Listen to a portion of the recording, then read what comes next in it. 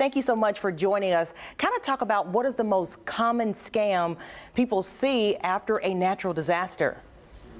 Sure, thanks, Rochelle. So after a weather emergency, scammers often see an opportunity to swoop in and try to make easy money at our expense because, they're following the headlines just like us. And there are a number of ways that scammers might try to do this. They might pretend to be a utility company restoring power or a government agency providing financial assistance. They might even pretend to be a charity that's purporting to help folks in need after a hurricane. So, scammers can be convincing. They're good at what they do, but there are ways that you can protect yourself. And one of the best ways to protect yourself is to know the scams and to be aware of telltale signs of a scam. So if someone is trying to create a false sense of urgency, that's something that a lot of scams have in common. They want you to act fast so you don't have time to think through a decision or talk with someone who might be able to notice that something's off. So the key thing to do is to take time, do your research, and talk with someone you trust. That step can make all the difference. And if someone's trying to rush you into making a major decision, a financial decision, or any kind of life decision, that can be a big red flag. Those are some really good warning signs that people should look out for. I know that sometimes people rush to try to give them some money and then they're left with nothing. So what are some other examples or warning signs that you think they should kind of be on the lookout for? Sure. Well, specific scams can have other types of red flags. So if you've been affected by the storm, you might need FEMA relief. And it's important to know that FEMA doesn't charge application fees. So if someone's asking for money to help you qualify for FEMA, that's a scam. You should walk away. And I know a lot of us want to donate money after an event like this. We want to help where we can.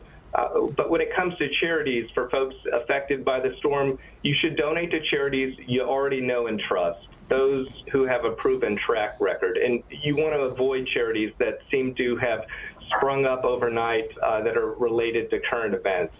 And in terms of scam contractors that are out there, of course, they always crop up after a major event like Hurricane Beryl.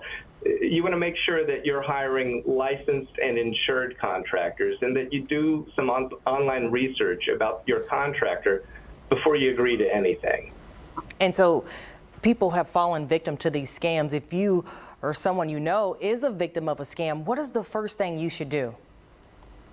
Well, if you believe you've been the victim of a scam, what you can do is report it to the FTC. If you see a scam out there, if you think you've been the victim of one, you want to contact the FTC. And you can do that at reportfraud.ftc.gov. If you'd rather do it by phone, you can call 877-FTC-HELP. You can also report it to the Better Business Bureau or the Texas Attorney General. And of course, if you believe you've been the victim of criminal fraud, you can report it to criminal authorities, including your local police and the FBI. And what are some ways to prevent identity theft? Sure. Well, you should never give money or information to somebody that contacts you out of the blue and is requesting payment in a specific way.